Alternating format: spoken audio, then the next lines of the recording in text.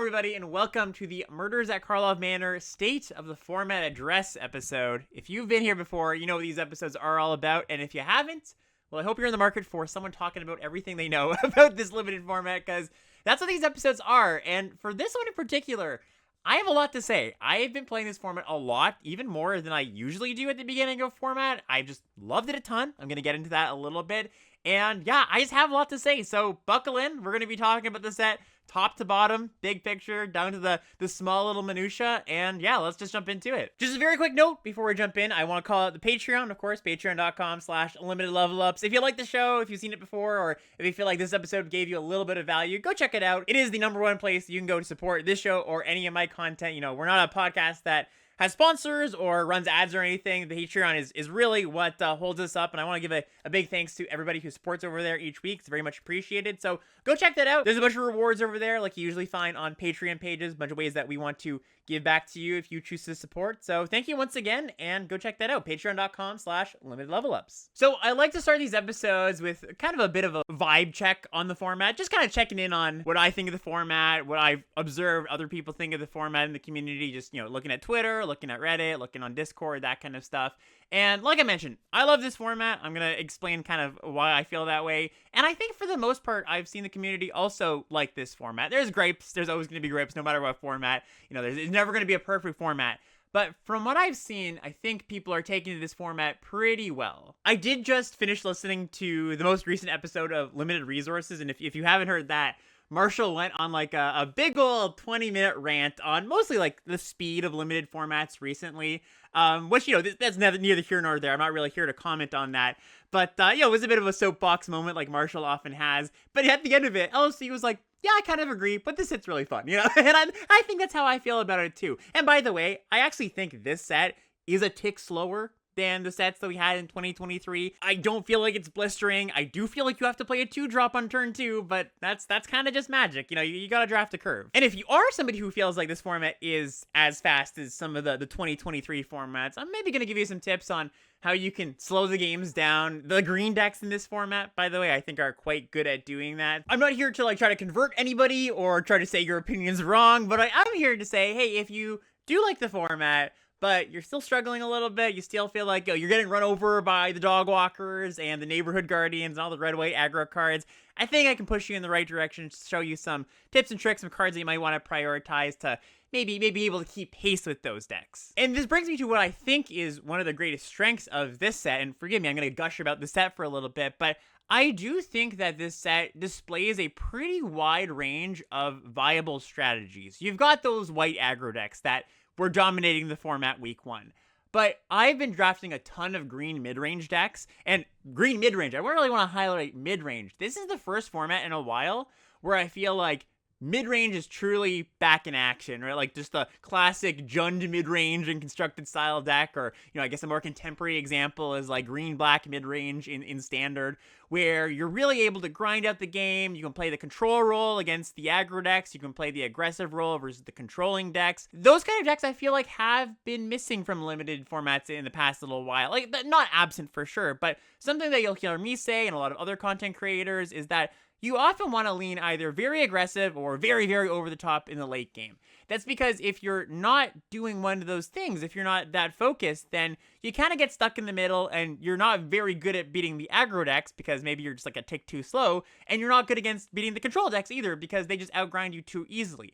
The reason why I think that the mid-range decks in this format are actually quite good is because there's so many cards that generate multiple permanents and multiple cards, just creatures that come in and investigate. Your ramp spells investigate. Your creatures gain you life. Like, a good mid-range deck never really wants to have a card that just trades 1 for 1, unless it's just like a very efficient removal spell. But even then, you like your removal spells to give you a little bit of value. And I've had decks in this format, my good green mid-range decks, where I look and I'm like, yep, that draws me a card, that gains me life, that draws me a card. You're just getting value on every single exchange. Very much like the Reed Duke style of gameplay, right? Just like you're grinding out these edges. Every card you have just trades like 1 and 1.5 for 1 for the opponent's card. And I think that Investigate really plays a big role in that. I think that collecting evidence plays a role in that, just getting a little more value out of your cards. Aggro decks, mid-range decks, those definitely exist, you know, grindy mid-range decks.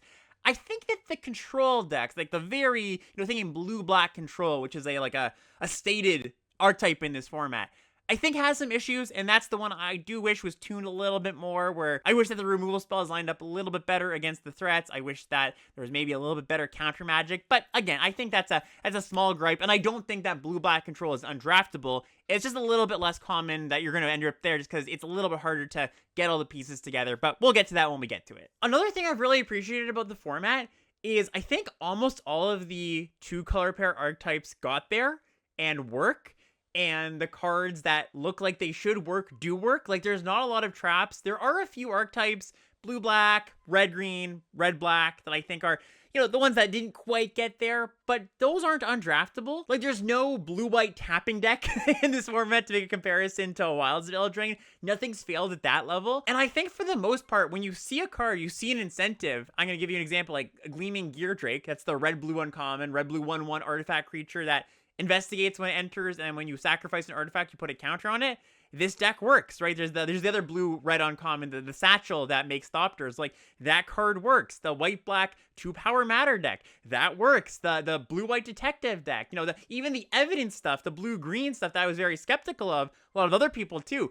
Blue-green gets its time to shine. Blue-green's actually good in this set. Like, how exciting is that? Even black-green graveyard stuff. Like, that's something that they've really missed the mark on set after set after set, I feel. And I think they actually made it work in this set. And then another thing I like about this set, just going a level deeper on the cards actually work, I think that it's not just like, okay, blue-green's good because the blue cards are strong and the green cards are strong. No, it's really that, hey, you pick up the synergy cards. You pick up the cards that other people don't want. And I haven't felt like that's always been true. I feel like in the last year or two, maybe even a little more than that, a lot of drafting has just kind of come down to, okay, you're just taking the best card in the pack in your colors. And there haven't been that many reasons, or they haven't been able to implement it in a way that you do want to take a quote-unquote weaker card for your deck because it fulfills a special role in your deck. There's this promise in draft that I think we kind of all think about where it's like, hey, like, I can draft this kind of not so great card because it's good in my deck, and I can make use of the card where other people can't. And I'm not saying that that never happens. I'm saying that 9 times or 8 times out of 10, it was just better to take the best card, the strongest card in the pack. And I feel like in this set, I'm doing a lot less of that. I'm doing a lot of, oh, this card, this Snarling Gorehound that's going to mill a bunch of stuff and fill my graveyard. Or this Benthic Criminologist. That's the 5-mana blue common. It's a 4/5 that when it ETBs or attacks, you can sacrifice an artifact, draw a clue. I'm like, yeah, I'll play that card when I have 2 detective satchels, the blue-red uncommon that, makes clues and taps to make Thopters. I feel like that makes the format way more replayable, way more interesting, compared to something like Lost Caverns of Ixalan, which by the end of the format, I thought it was a fine format. I didn't love it, didn't hate it,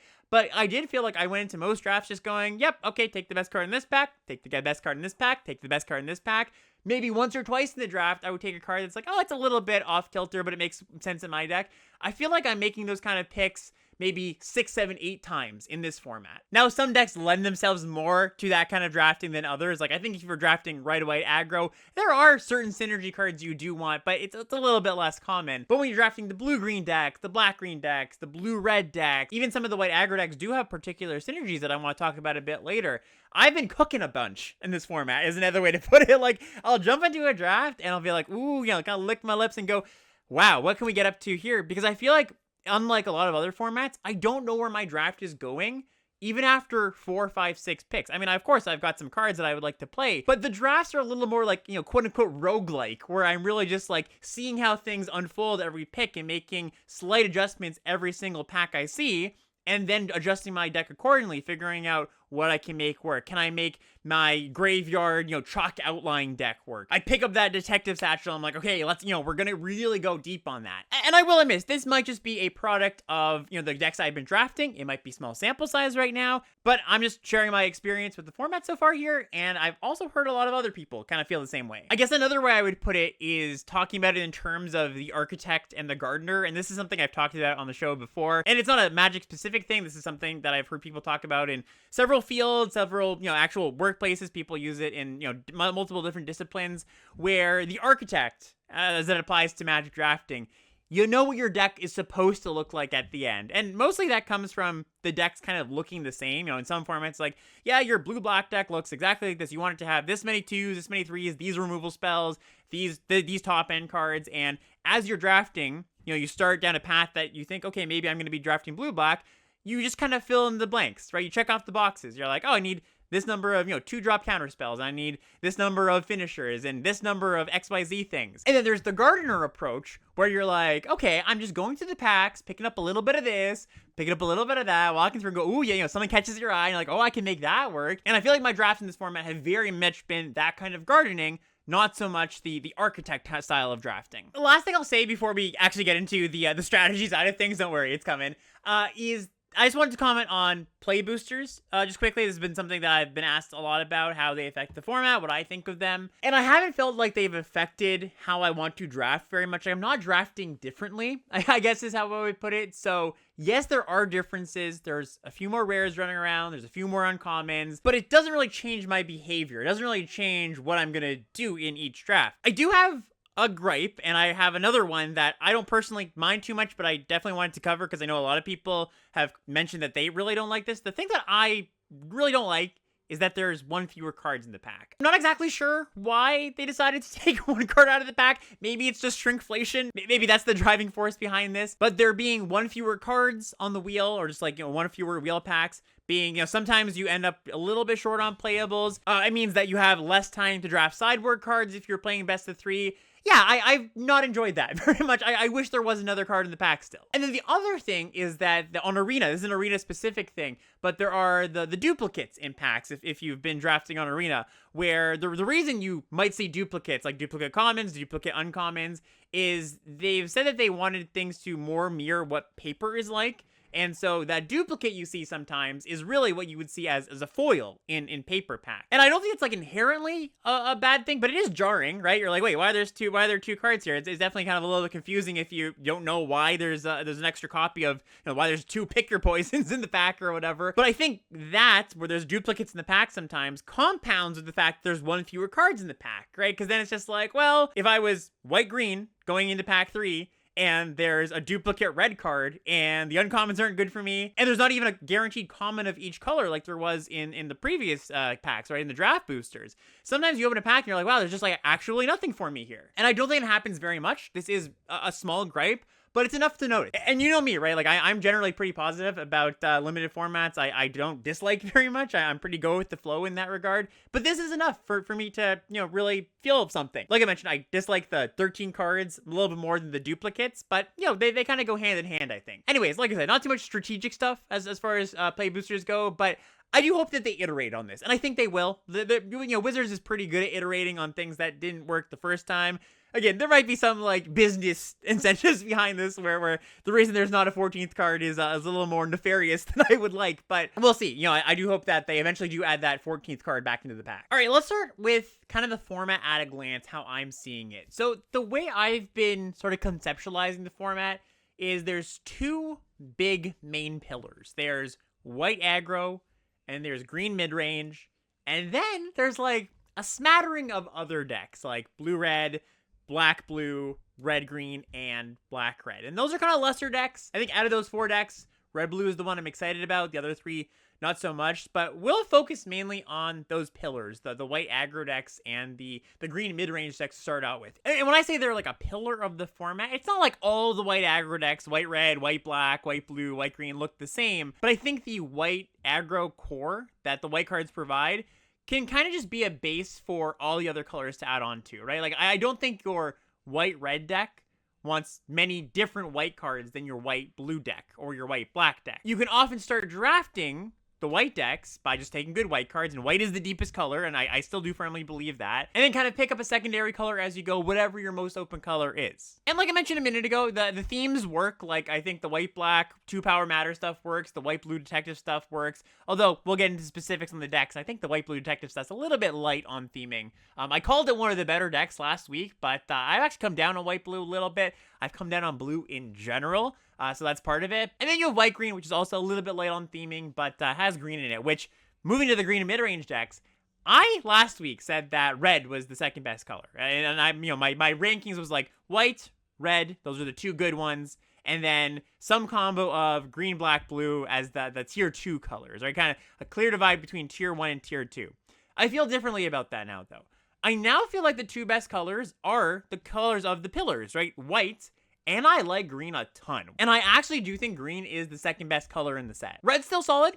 I like red, but two of red's archetypes, green red and black red, I don't love. I think those are two of the weaker archetypes. So when you do start red, I'm really only looking to get into red white or red blue, which means I bumped it down a little bit. And then we get to like the two worst colors, which I think are blue and black. And by the way, one other thing I like about this format is the worst color in the format, which I do believe is blue, is not undraftable. It's totally fine. And black is solid too. It's not a bad colors, right? I would prefer to be in white or green, but I'm not hard avoiding any of these colors. Biasing away maybe at the beginning of the draft, but if blue or black ends up being open, I'm happy to go into them. Anyways, just back to the green mid-range deck. So just like white's really deep at common, I think green is quite deep at common as well. It's got 5, 6, 7 good commons I like. And a lot of those commons form the base for a multicolor deck or just, a two-color deck that's just good at grinding. I'm mostly talking about green-blue and green-black. But green-white is kind of like an intermediary point between those two decks where I think you can be a white-based aggro deck with some green cards or a green-based deck with some, the makeshift bindings as removal spells and novice inspectors and inside sources just as good cards. And I think I would say maybe 50% or just about 50% of my green decks tend to splash pretty often because a lot of the green commons do help you splash. There's a lot of incentives for splashing in this set. There's a lot of good gold rares, some good golden commons that you might want to splash. And basically what this means is I would like to first pick a green or a white card if I could. That just best sets me up for success, I believe. I'm being a little bit vague here, just talking about these decks just very abstractly, but don't worry, we're going to get into some specifics of each archetype and, some of the stronger cards in each color that I am prioritizing. But that's just my general view of the format. I'm going in trying to start white or trying to start green, but I'm happy to pivot to something else if those colors aren't open. Before we do a deep dive on each of these archetypes, I want to go through each color and talk about the commons I like, talk about some commons that might be a little bit underrated, just to give you the building blocks of what you're looking for when we do get to the actual archetypes. We're going to start with white, which, like I mentioned, I think is the best color in the set. It's very, very deep, and it's got 3 excellent commons, and 3 excellent ones followed by a bunch of other pretty good ones. So Novice Inspector, that's just the best common in the set. Single white mana for a 1/2 human detective. When it enters the battlefield, you investigate. Like, it's just kind of hard to overstate how good this card is, and I know still there's some people who are a little bit, maybe not non-believers of Novice Inspector, but don't quite understand why it's as good as it is. Well, number one, something I say a lot is just the quality of being a 1-mana card is very strong, right? It means you can use your mana on turn 1. It means you can double spell on turn 3 with this and a 2. You just kind of fit in anywhere in your curve. And when your 1-mana card is as good as Novice Inspector, all that much better. And especially in the white aggro decks, it does interact quite well with some of the other really good commons. So, for example, Seasoned Consultant, which is another card that I like, the 2-mana 1/3 detective that when it attacks, if 3 things attack this turn, it gets +2/+0, so it attacks as a 3/3.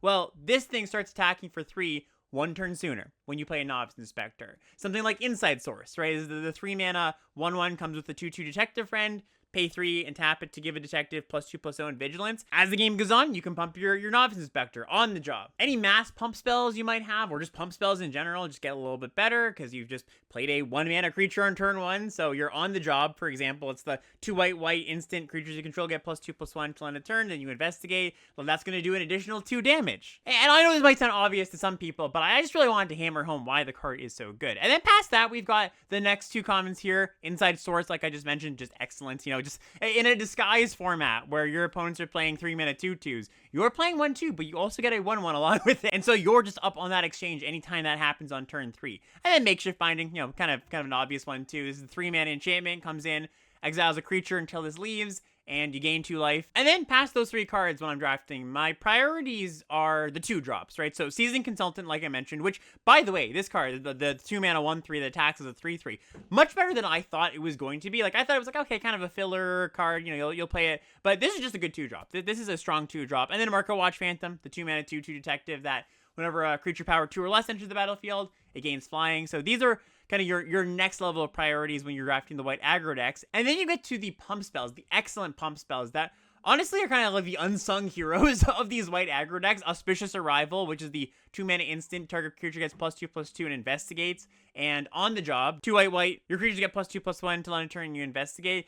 these just help you keep attacking. They're card advantage combat tricks, which is very strong because, you know, your opponents are often put in the spot in other formats where it's like, okay, they attack their 2/2 into my 3/3. I guess I'll block get the trick out of their hand. But when they cast Auspicious Arrival, you're like, well, that wasn't very good for me. They drew a card. On the Job is one that I really want to call out. Last week I was saying that I wasn't as impressed with this as I thought it would be, but honestly, it was just small sample size. I hadn't played with the card enough. Now, I want my first copy of On the Job in basically every white deck. Even in white decks that aren't making multiple permanents going wide. I mean, it's great if you have Dog Walkers and Inside Sources, but the fact that this does just investigate, it just cantrips, means that in the mid game, sometimes you're just going to play it and blow your opponent out in combat. They're going to block, you're going to eat 2 of their creatures and push a little bit of damage, and you draw a card, which is obviously fantastic, or the ceiling is you just win the game with this card.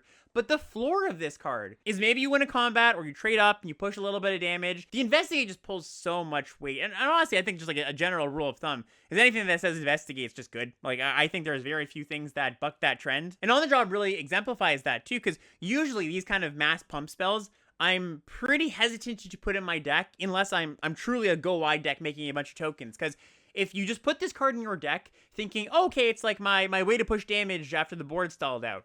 Often what happens, unless you are just making tokens, is if the board stalled out, you attack with your small creatures into your opponent's bigger creatures because the board is stalled and they have bigger creatures, that's why it's stalled, and they just kind of trade. It's not often going to play the finisher role that I think people imagine this card is going to play, because if you're just playing a creature on 2, your opponent's playing a creature on 2, you know, you're kind of, both players are keeping pace with each other, things just often trade. Maybe you'll win a combat, but it's not the tool you really need to push damage in most of your white aggro decks in most formats. But again, that Investigate means that even at its floor, it's going to be a card I want. And then just 2 more creatures to call out here. Museum Nightwatch. This is the 4 mana 3/2 that has Disguise. You can flip it up for 1 and a white. When it dies, you make a 2/2 blue detective creature token, and Haza Vigilante, the 5 mana 4/4 that when it comes in or attacks, you put a counter on target creature with power 2 or less. So just 2 solid cards. You know, I don't prioritize these cards, but I'm also just happy to fill up my deck with them. Play a Haza Vigilante or 2 at the top. I play a couple of Night Watches if you are short on better creatures. And this list is almost all of White's commons, right? All of White's mono white commons. This is why White's so good, that I'm just happy with almost all the cards here. All right, and that is going to bring us on to Green. And Green's got kind of like 3 tiers of commons.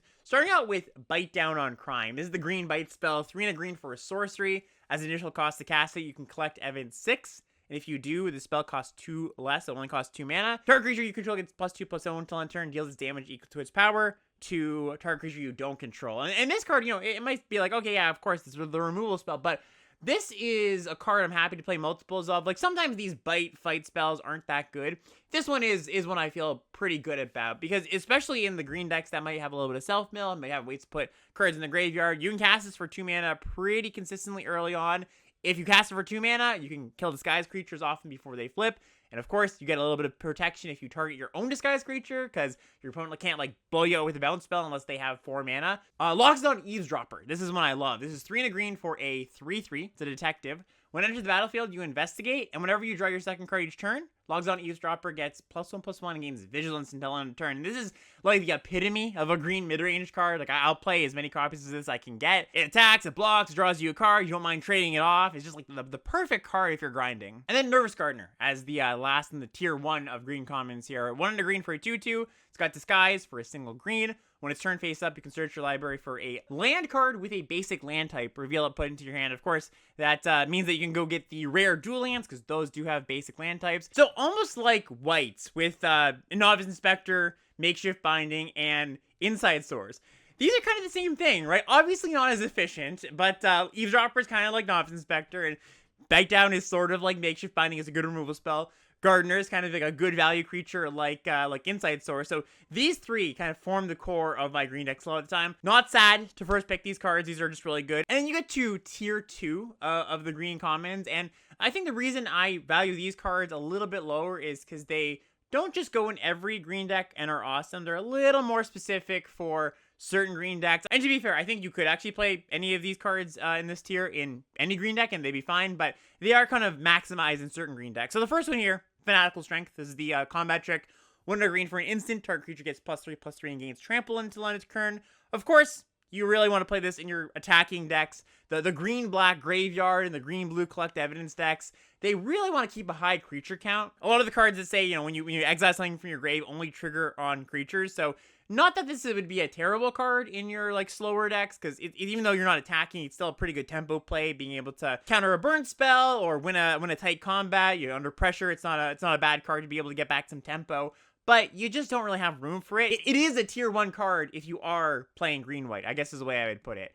Tunnel Tipster, here's up next. This is the 2-mana 1/1 that taps to add a green, and if a face-down creature enters the battlefield under your control this turn, you put a +1/+1 counter on Tipster. This is sort of the opposite from Fanatical Strength, where you could play this in your more aggressive deck, but it's really for the ramp decks, the decks that are going big, casting 5, 6, 7 drops. Similarly, V2 Gauzy Inspector. This is 1 and a green for a 1/3 detective. As an additional cost to cast it, you can collect evidence 6. It's got reach, and if evidence was collected, it enters the battlefield, and you put a +1/+1 counter on target creature, and you gain 2 life. And this card, as I was mentioning at the top of the show, where if you feel like you're really falling behind against the white aggro decks, this is a card you probably want to bump up in your, maybe not your pick orders, but just like on your radar, right? Because this is a card that I'm pretty happy to play in my defensive green decks. It's a real problem, because on turn 2, it just blocks the 2/1s, makes it hard for your opponent to really get in. I would try to hold this and make it a 2/4 that gains 2 life, because, 1/3 doesn't hold off things forever, but if you need to play your 2-drop and this is it, that's totally fine. Next we got Vengeful Creeper. This is the 5-mana 5/5 that has Disguise for 5 and a green.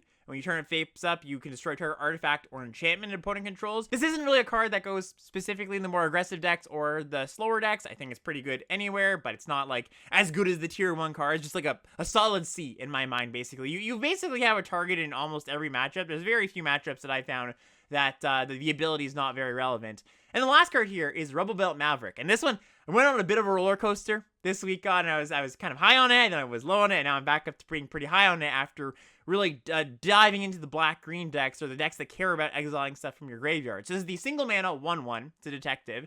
When it enters the battlefield, you surveil 2, and it has green, exile this from your graveyard, put a +1/+1 counter on target creature, activate only as a sorcery. Nice to kind of just help build your draws, set up, kind of help you keep a clunkier hand, but then that 1-mana ability to help trigger the things that care about when things leave the graveyard. That's really, really been big. And this is another card that I think you could kind of just play anywhere, but is a little bit better in the decks that do care about the graveyard. Because that Surveil 2 matters too. It helps you set up your evidence, helps you just get things in the graveyard, gets your engines going. And then just 2 more green cards that I want to call out that I do play pretty often in my more rampy, big end green decks, not as much like the green mid-range decks. Like more of the decks are like 3 colors going over the top, really care about evidence, really care about the graveyard. Topiary Panther, which is the 6-mana 6/5 land cycler, and they went this way, which is the 3-mana ramp spell that investigates. Topiary Panther in particular, like that, this one's one that kind of like I was saying before, where it's like, oh, the thing that looks like it works. Because when I first saw this card, I'm like, oh, I get it. The joke is you cycle it, you put 6 evidence in your grave. That's kind of cute. But like, is that actually going to be a thing that actually matters? And it really is. It really does feel like when you cycle it early and you're allowed to double spell with, a bite down on crime, or your extract a confession, which is the black. Your opponent sacrifices something, but if you pay 6 evidence, they sacrifice their largest thing. You're able to cast that on an early turn. It really feels like it's more than the sum of its parts, right? So Topiary Panther is a card that I play if I need fixing, if I have evidence, ideally both. And then they went this way. A little bit less good of a fixer, but it's a card I've been fine with. Moving on to the red commons now, the color that was dethroned by green. Top red common for me is Person of Interest. This is the 4-mana 2/2 that enters the battlefield and gets suspected, and you also make a 2/2 detective token. I was sort of talking this one down a little bit last week as a card that I wasn't as impressed with as I thought I would be. These 4 mana make 2 body cards are usually very good. I was like, okay, it comes down and only blocks as a 2/2. It is true, it only blocks as a 2/2, but the upside of it, of being a 2/2 menace plus another 2/2 body, really, really hard to beat. It's a card that's way better in like your red-white aggro decks, or just like any red aggressive deck, rather than like a red-blue deck. Like, I think this is a card that isn't all that exciting in red-blue, but red-blue is not a deck that you end up in that often, because it's a kind of more niche deck. So I have been taking it still over even like the removal spells, which is probably something of note, something that might surprise some people. Galvanize, which is the 2-mana deal 3, and Shock, of course. And I like these cards, don't get me wrong, but I was mentioning this last week, and I'll mention it again for folks that maybe didn't tune in. But I've just bumped down removal a little bit in my mind in this set, and bumped up combat tricks. And in the same tier, like, I have Person of Interest in like tier 1 of red commons that I'll pick one, pack one. But in tier 2, Galvanize, Shock, the Chase is on, which is the 3-mana +3/+0, and Investigate, and Felonious Rage single red mana, +2, +0 and haste to a creature, and when that creature dies, you make a 2/2 detective token. Like, I see these cards not exactly as interchangeable, because I do think Shock is a little bit better than the other ones, but I would imagine a lot of people would think that Shock and Galvanize is just way better than these tricks, but I don't think so. And the reason being, of course, that with all these ward creatures running around, removal spells just get a little bit worse early on, especially when you are an aggressive deck, because when you have a cheap removal spell in an aggressive deck, the big thing you're aiming to do with it generally is double spell with it on an early turn, so you can have a really efficient turn where you like play 2-drop, play your Galvanize attack, get in for 6, your opponent really takes a gigantic hit. That doesn't happen very often in this set. However, with the Chases on, or Felonious Rage, these tricks, you can still have a really profitable turn, good turn on mana, get in a good attack, and then play another creature. I mean, the Chases on being 3 mana, that's a little bit of an exception, but you investigate to kind of make up for that. So I just wouldn't look at these cards as too different from each other as far as like where you should rate them. I do still take Shock and Galvanize earlier because people don't draft the Chases on or Felonious Rage where I think they should, really. So you don't have to prioritize these, but just know that in your deck building, if you're like, okay, well, what's the balance of these? I would probably play 1-in-1, like my first removal spell and my first combat trick, rather than 2 Galvanizes and no the Chases ons, right? That's kind of the way I would frame it. Unless you're controlling, right? Unless you're blue-red or something, then I do think the removal spells are a bit better. And on the note of Galvanize versus Shock, if you have a pack where you do have both of them, I would take Shock. I think the efficiency matters. Being able to kill a disguised creature early on really matters. I think going to the face matters.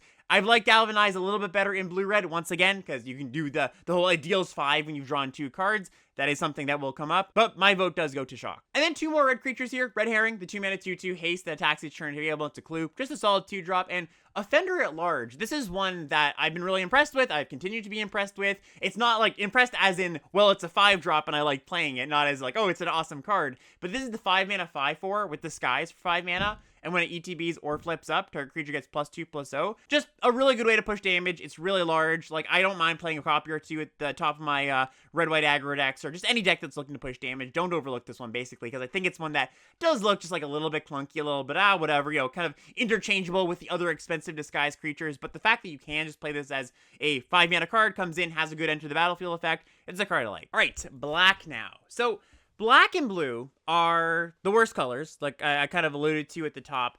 And not that they're undraftable. Like I mentioned, I don't think any of the colors are undraftable. They're just a little bit less deep at common, and so you just don't end up getting into them all that often. When you start with a good rare, yeah, definitely there's cards to support them. And certainly, if you do see the good commons going around the table, I'm happy to move in, but I just haven't started there as often. And this, again, might be a bit of a surprise to people. If you look on 17 lands, one of the top picked commons is Murder, which is, 1 black, destroy target creature. And this is just classic 17 land user behavior, I believe. Usually, this is pretty common. The main black removal spell gets picked very, very highly. Because, a lot of people who maybe might not be super in tune with the set, or are drafting it for the first or second time, it's pretty safe to be like, hey, good removal spell, it's pretty good. And Murder, for what it's worth, I think is worse in this set than it basically ever has been, because, well, you can still kill a 5, a 4-mana creature, a 6-mana creature, kills anything. Part of what I like about removal spells, especially in slower decks, is the ability to keep pace with the opponent, right? You kind of imagine, you're like, okay, I put this Murder in my deck, it's gonna kill their bomb, right? But also, when they play a 3-drop, and you don't have a 3-drop, you sometimes just murder that thing. And because disguise creatures exist, you miss out on that a little bit. So I'm not a Murder hater. I don't hate the card by any means. But if you are somebody who's been first picking Murder, I would just bump that card down a little bit. Anyways, top common, I think pretty clearly in my mind, is Extract a Confession. 1 in a black sorcery, your opponent sacks something, but if you've collected evidence as you cast this, evidence 6, your opponent sacrifices the biggest creature they control, the greatest power among all creatures they control. And this gets around Murder's issue, while also being able to kill things in the late game. Or, if you are fueling your graveyard early, cast this on turn 4 with another 2-drop, gets a double spell, kill their best thing, and also play something else. This card really benefits from the fact that there aren't very many good 1-drops in this set. I know there's Novice Inspector, of course, but aside from that, there aren't very many people are playing. And so you're almost always going to trade even on mana on this in the early game. If you don't have a 2-drop, you just cast this on turn 2 and kill their 2-drop. But another thing that happens pretty often, I found, is you play a 2, they play a 2, those trade off, they play a disguise creature, you get to kill the disguise creature, which of course is something that you are looking to do. You do want to kill the disguise creatures before they flip, and it's a great draw in the late game, which is something you can't say very often about most of these sacrifice effects. So I've been taking this card as the top black common. I'm happy to play multiples, especially if you are a deck that is fueling your graveyard. As per usual, black does not get very many good common creatures, and the really two notable ones that I would point out, only two of them, are Snarling Gorehound, which is the single mana 1/1 menace that whenever a creature power 2 or less enters the battlefield under your control, you surveil 1, and Unscrupulous Agent, the 2 mana 1/1 that ETBs and your opponent exiles a card from their hand. Let's talk about Snarling Gorehound first, because I do think this is the better of the two, the more flexible of the two. I love this card. I think it's actually really good. I know I just said, there's not very many one drafts people are playing, but this is one of the better ones. It's not just an aggressive card. I think you might look at this card and say, oh, it's a card for the 2 power matters deck, the black-white aggro deck. And sure, it is good there, being able to just dump a bunch of lands in the graveyard, making sure you never flood, getting to action, pecking in a few points. Like, this is an effective card there. But I've also really liked it in, like, a lower-to-the-ground black-green deck, where you really have this, and the Rubble Belt Mavericks you're getting in your yard, maybe you're chalk outlining, maybe you're going deep with Insidious Roots, and just as a tool to fill your graveyard. So if you are a black aggressive deck, I would just take this as a good card and want to play basically as many copies as I could. I mean, maybe there's probably an upper limit. Maybe like 3 or 4 is the upper limit. But you're not going to get more than that very often. But even in your slower decks, if you think you can trigger this enough and you care about the graveyard enough, it's also something you want to play. And then Unscrupulous Agent, I think, is about as good as Gorehound in the slower decks, but it's not a card you want in the aggro decks. Of course, it's a 2 mana 1/1. You don't want to really play those in your decks that are looking to attack. It pairs kind of nicely with Toxin Analysis, which is the single black mana instant. Target creature gains Death Touch and Lifelink, and you investigate. Often when you have these cheap 2 mana cards that come in and either make your opponent discard a card or exile a card from their hand, you do want to be doing something with the body, sacrificing it or using it otherwise. You don't just really want to be putting it in your deck assuming you're going to chump block it with it at some point. And so being able to have a use for the body where there's not really many sacrifice outlets in this deck, so you kind of get to turn your Toxin Analysis into like a Bone Splinter variant, like sacrifice the agent to kill something. Obviously it's a little bit worse because you have to risk it in combat and you might get blown out, but the upside of investigating kind of balances that out. So just, a nice little package there. And Toxin Analysis in general, by the way, is a card that I think is fine. You could just play it in any black deck. I think it's best in a black-green deck where you just got big creatures, or maybe even a better place for it is red-black, where you're suspecting your creatures, your opponents are incentivized or have to double block, and you can really get them there. And then just to touch on 2 removal spells here, Murder, which I kind of already covered, and Slice from the Shadows, X in a black for an instant. It can't be countered, and target creature gets -X until end of turn. I see these cards as pretty close to each other in power level and where you want to take them and where you want to play them. One distinction I would make is ask yourself, when are you tapping out in your deck? If you are a blue-black control deck or some sort of control deck where you think you're going to be leaving mana up on the early turns, I would prioritize Slice from Shadows because unlike Murder, you can trade 3 mana for 3 mana on turn 3 to kill their disguise creatures. And I think that's a pretty important inflection point in the games if you're playing a control game. Like most of the time, when your opponent plays a 3 mana card, you're playing a control deck and you have a removal spell in hand, you'll usually kill that. And that option just isn't available to you if you're just loading up on Murders. But if you are like a red-black deck where you're putting creatures on the board turn 1, 2, 3, or a green-black deck where you're affecting the board early, I would then prioritize Murder because your creatures can trade for their disguised creatures or at least tussle with them, and then the Murder can be used on turns 4, 5, 6, 7. So don't see Murder as this like, oh my gosh, awesome common. It's merely good. All right, last stop on the color train here is blue, and blue's got a handful of cards that I'm fine putting in my deck, but nothing really blowing my socks off here. The top blue common, I think,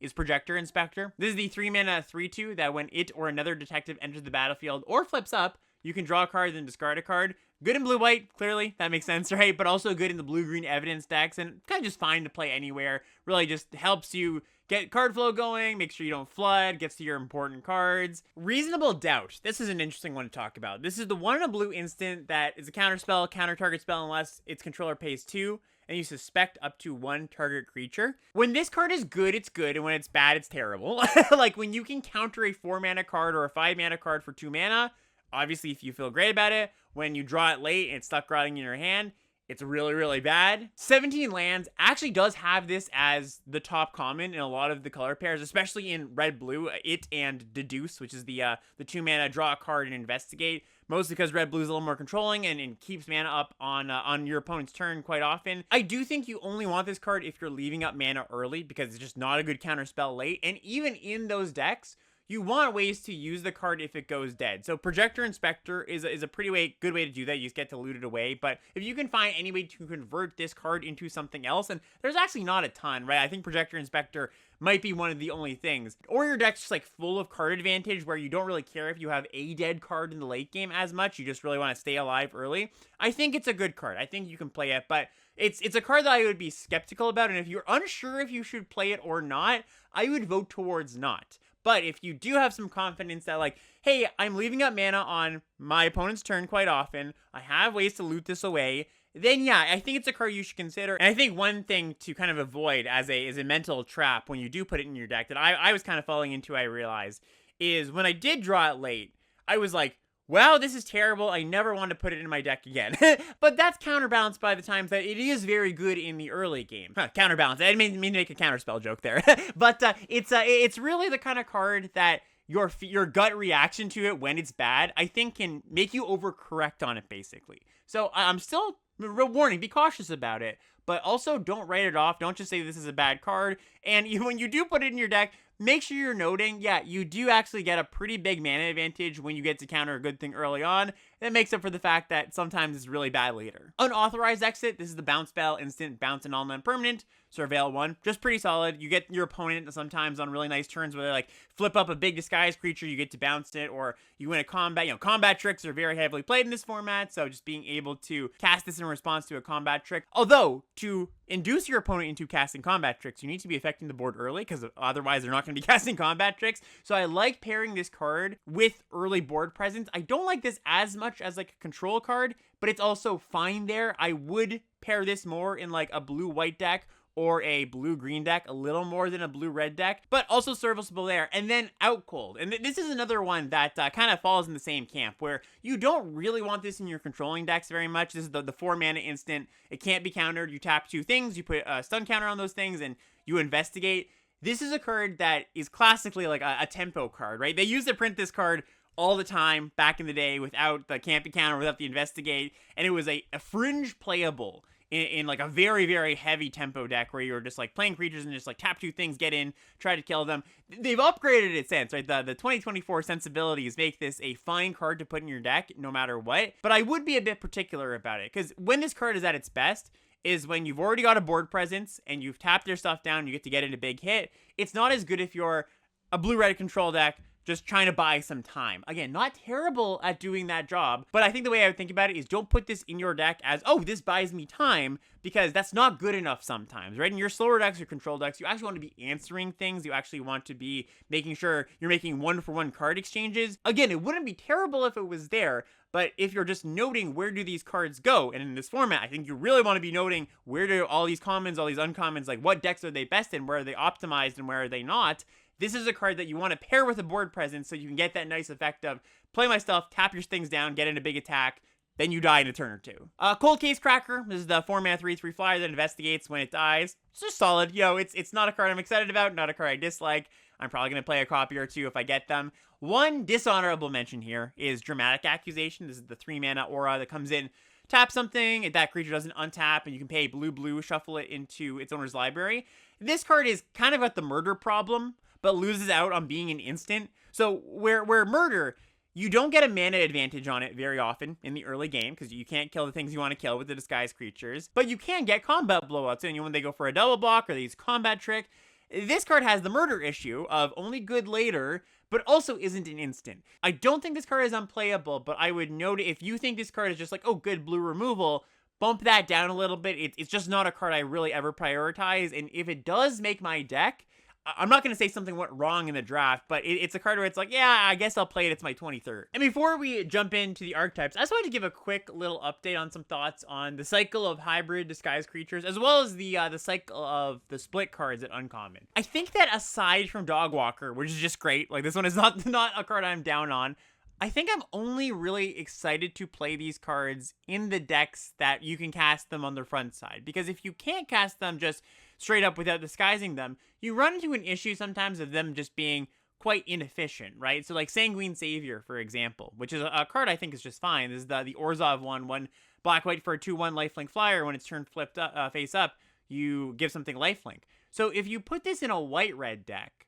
the problem is that it costs 5 mana, and you're paying 5 mana for a 2/1 flyer. That gains you a little bit more life. I think that's maybe a way to evaluate them, right? Like, are you happy with the card if you have to pay full retail? Gadget Technician and Granite Witness, I think those ones are still fine. But even still, there's a secondary problem I run into, where if you're a black-blue deck, let's say playing Gadget Technician, well, sometimes you don't have double blue. And that can be awkward. Or you do have double blue, but you want to cast another blue spell. So I've just found these are a little bit less enticing than I might have thought. And sure, they are still flexible in the way that if you need a playable, you can play them. But they're not flexible in the way that I'm like, oh, I can just take a Fairy Snoop early on in the draft. I'm like, I'm going to be happy playing it in any blue-black or any black deck. No, I don't feel that way, really. Again, Dogwalker being the exception. I do think that the lesser ones, like Fairy Snoop, Crocodile, Crowd Control Warden, Shady Informant, some of these actually have homes where I'm okay playing them. Like, in my blue-green evidence decks, I'm actually fine playing the Crocodile. It's a totally serviceable card. In my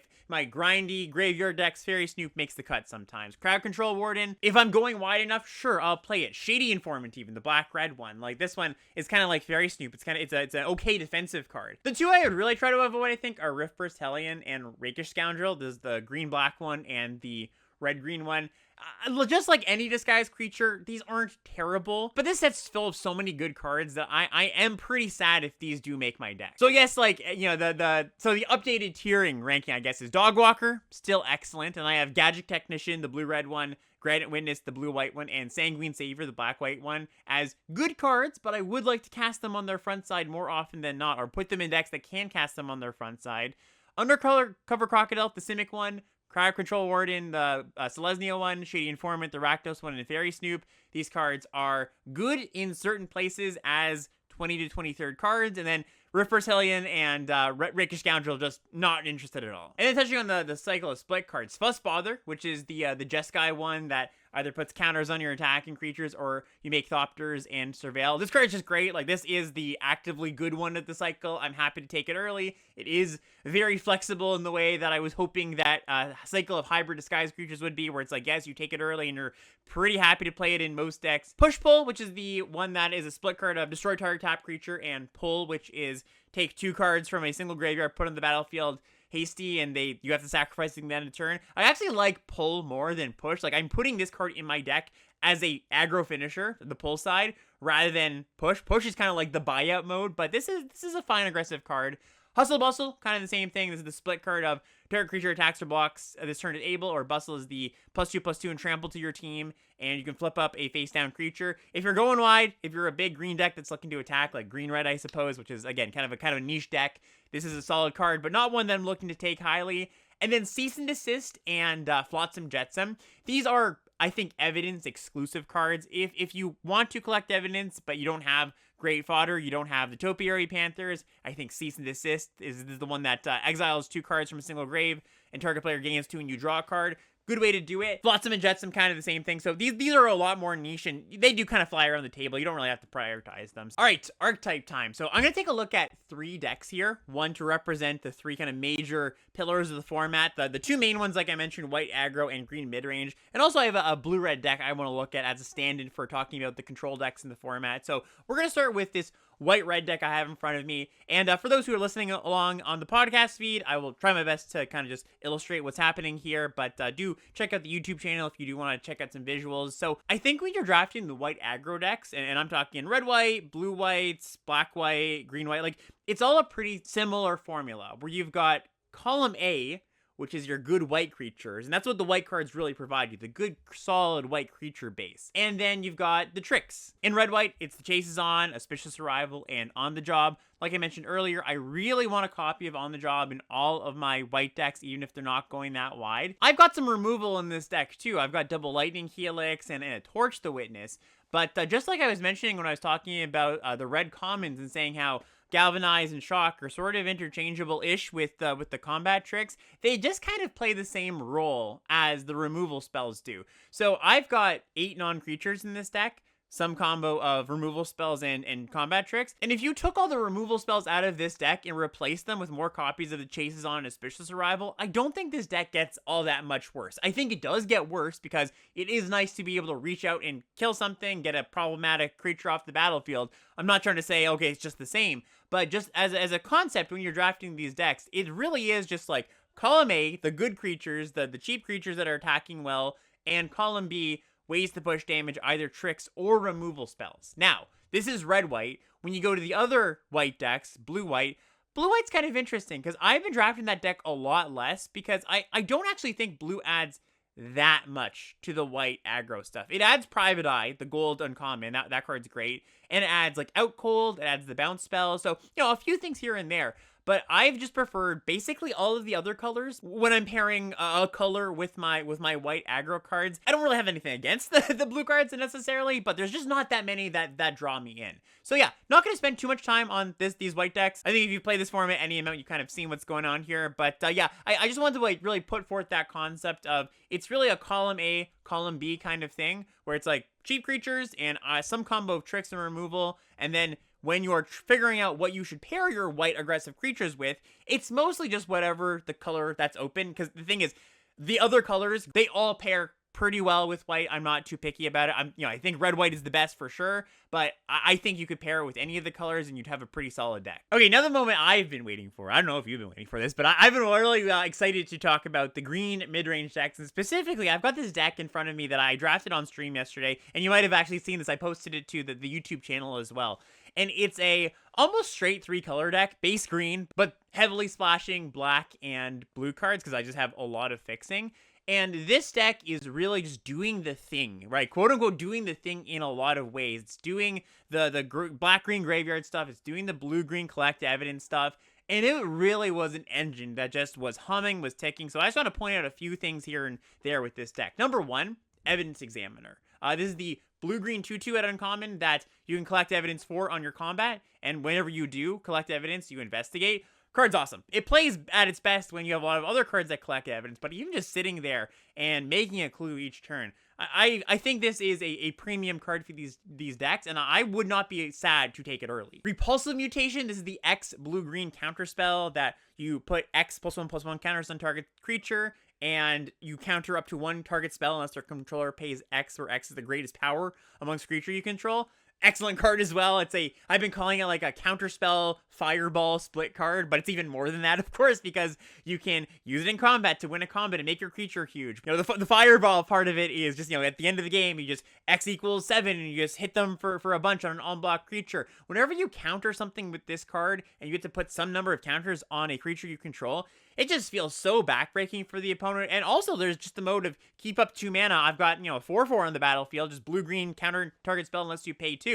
Card is really, really great. So I just gotta shout out to blue-green, as they say, but also shout out to the designers for making the blue-green cards exciting and good. I think, thumbs up on that. And I was skeptical. I really was, but I'm a believer now, and I think these are cards you want to look out for. And then the real spice, the sauce in this deck, is Chalk Outline and Insidious Roots. So these are the 2 cards that care about creatures leaving your graveyard. Chalk Outline's the 3 and a green enchantment that whenever 1 or more creature cards leaves your graveyard, create a 2/2 white and blue detective token, then investigate. Insidious Roots is the black-green signpost uncommon. It's an enchantment to say your creature tokens tap to add a mana of any color, and whenever 1 or more creature cards leave your graveyard, create a 0/1 green plant creature token, then put a +1/+1 counter on each plant you control. So I want to talk about Chalk Outline first, because I think this one's like the real deal, quote unquote. I think Insidious Roots is a little more like, okay, like you could play it, but I don't really know how deep you want to go on it. Chalk Outline is a card that is very powerful, but has the problem of being 4 mana, do nothing, right? I say it's very powerful because if you do get to the point where you can stabilize, this card is such an engine when combo with a bunch of other cards, like an engine that is very difficult for almost any other deck in the format to beat. Like, I guess, a deck that could be going over the top of you, I could see a similar deck, like a green mid-range deck that's doing similar things. But when you get Chalk Outline going, it really feels like you can't lose. And there's specific cards that you want to make it work And the ones I think you want to prioritize are ones that are very, very cheap. Like very, very cheap cards to get cards out of your graveyard. The Rubble Belt Maverick's a good one. Just a 1 mana green to exile, put a counter on something from your graveyard. That really works. But cards that don't require you to pay additional mana, and specifically cards that you can trigger the chalk outline with the turn the outline comes down. So some cards that I would point out here. The Evidence Examiner, the blue-green uncommon I just talked about, but also Forensic Researcher. And this is a card I come up on a lot too. This is the 3 mana 1/3 in blue that you can tap it to untap another target permanent, or tap it to collect Evidence 3, tap target creature you don't control. Both these cards not only help to keep you alive, help get your engines going, but don't ask you to invest any more mana to trigger the chalk outline. And are repeatable, of course. So that's great too. So really you're looking for repeatable ways to trigger the outline.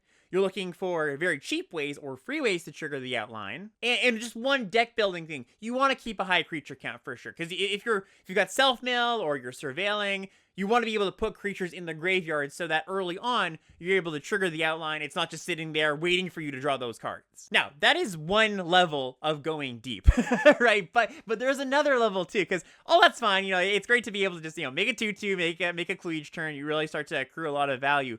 But if you really want to go over the top, I will point you to Curious Cadaver. This is the blue-black Signpost uncommon, 2 black, blue for a 3/1 flyer, that whenever you sacrifice a clue, return Curious Cadaver from your graveyard to your hand.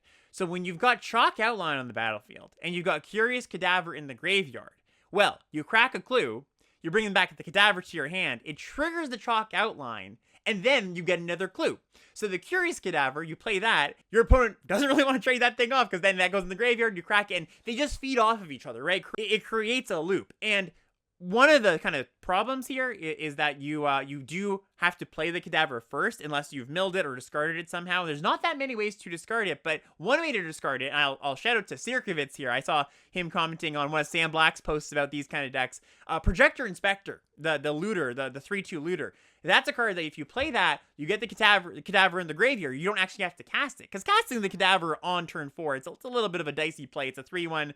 It may not actually be able to stabilize you at that point in the game the way you need it to. So if you can actually find a way to get it into the graveyard early on, maybe you surveil it in the graveyard, that kind of works. That kind of skirts around the problem of needing to get it on the battlefield first. So you can kind of see how this all fits together. And I will note that these cards are not performing very well on 17 lands. And I think part of it is that it's a big old Rube Goldberg machine that you have to have all these specific parts.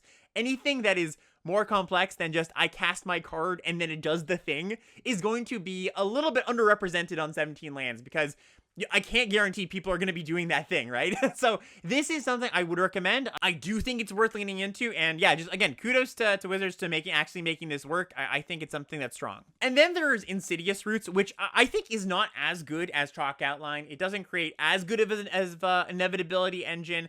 I found it to be fine when I was playing it, doing the thing. I really had my engines going in. It was a card that added to my deck, but I don't feel like this kind of deck is worth going after if Insidious Roots is your only payoff. I would play it in a Chalk Outline deck, but I wouldn't play it without the Chalk Outline stuff and actual payoffs for having cards leaving your graveyard otherwise. So it's a card that you can play, but not a card I would take early and build around. And then just kind of the shell of the green mid-range decks. A lot of the commons that I mentioned, the green commons, the Eavesdroppers, the Tunnel Tipsters, the Vitu-Ghazi Inspector, the 1/3 that collects evidence and puts a counter on something and you gain 2 life. I think these cards are all very important so that you can keep yourself alive versus the aggro decks. Tunnel Tipster accelerates your mana, so you can get a mana advantage on them. Eavesdropper's card that you don't mind blocking with. Vitu-Ghazi Inspector, obviously pretty good against the aggressive decks there. And I would really also recommend that you aim for a lot of cheap cards. I think right now people aren't playing enough cheap cards in general. I mean, that's a evergreen statement about limited players. I think just more cheap cards is often going to be better. In this deck, I have functionally 10 2-drops. That really played a big part in keeping me alive. I don't even have that much removal in this deck. I have Extracted Confession, the sacrifice, and if you collect evidence, they sacrifice their biggest thing, and I have a Bite Down on Crime. So 2 pretty efficient removal spells, but I'm not removal loaded.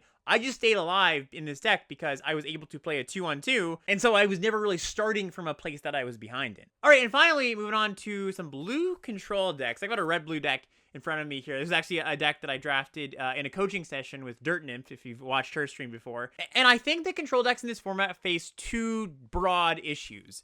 One is lack of inevitability and 2 is unreliable answers to the threats you might face. So let's talk about lack of inevitability first. In some formats, you can just kill their things, counter their things, draw some cards, you'll win eventually. I don't think that's this format because of Investigate, because of the clues that the aggro decks and the green mid-range decks get access to. When you go to kill a creature that's investigated already, you're down on that exchange, right? You've lost a card, and they haven't lost a card. They can eventually get a card back. They're down some tempo, but the plan of just outcard them 1-for-1 and then outcard them doesn't really work when they just have a lot of clues at the end of the day. You know, the opponent's combat tricks will cantrip, and they'll win a combat, get a clue, draw a card later. So that is a bit of an issue. So you can't just say, if I survive, I'm just gonna win. You actually need to dedicate slots in your deck for finishers, whereas in some formats, you're just like, okay, I don't need actually to dedicate a slot to finishers, I'll just win. And there's not really that many great ways to have inevitability. There's good rares here and there. Definitely rares are a good way to do it, like a cryptic coat or something like that. Blue-red, though, gets a really good one, though. It gets Detective Satchel, which is 2 blue-red for an artifact that when it ETBs, you investigate twice. You can tap it to make a Flying Thopter, but you can only activate that if you sacrifice an artifact this turn. And this card definitely provides inevitability while also keeping you alive. So I think if you're going to draft, like if you're in some spot where you're like, hey, I could be drafting a blue control deck, blue-red is probably the best spot for it. Or maybe you're splashing Detective Satchel in like a blue-black deck. Like the blue-black decks, there aren't really cards that common or uncommon that act as reliable finishers. That's why I think blue-black is a little bit worse than blue-red. And so I would only really want to move into a hard control deck when I have a Detective Satchel or I have some good rares. Other issue of the removal spells not lining up well against certain threats. That, like I mentioned, that's also the issue of, okay, well, sometimes you have to kill Investigate creatures, but there's a lot of tokens in this set too, where your opponent plays a Insight Source or a person of interest, and it's like, okay, I can kill half of that, but they're still left with a little something something. Sure, you're not gonna just get killed on turn 5, but that's still a piece of material the opponent has that is just left on the battlefield and starts pecking in. The other thing, of course, is that you can't always efficiently trade on mana, and that's what the control deck really wants to do. It really wants to use its removal spells to efficiently trade on mana to kill your opponent's things. And when disguise creatures are a big part of the format, that's a little bit tricky. Sure, you can kill things after they unflip, but it makes the way you have to sequence things a little bit more awkward because your opponents can kind of play around you leaving up certain mana. So I think cards that, say, can't be countered are a big part of the control game plan. Something even like Suspicious Detonation, which is the 5 mana deal 4 that can't be countered, and it costs 3 less if you cracked a clue.